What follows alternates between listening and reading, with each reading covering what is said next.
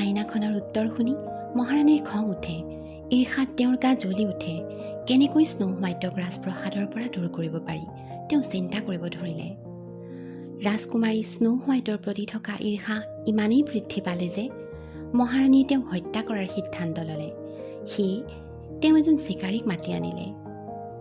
মহাৰাণীয়ে চিকাৰীক ক'লে, তুমি বুদ্ধি কৰি ৰাজকুমাৰী স্নো হোৱাইটক কালিলৈ গভীৰ অৰণ্যৰ মাজলৈ লৈ যোৱা আৰু তেওঁক হত্যা কৰা, মই তোমাক আদেশ দিছোঁ।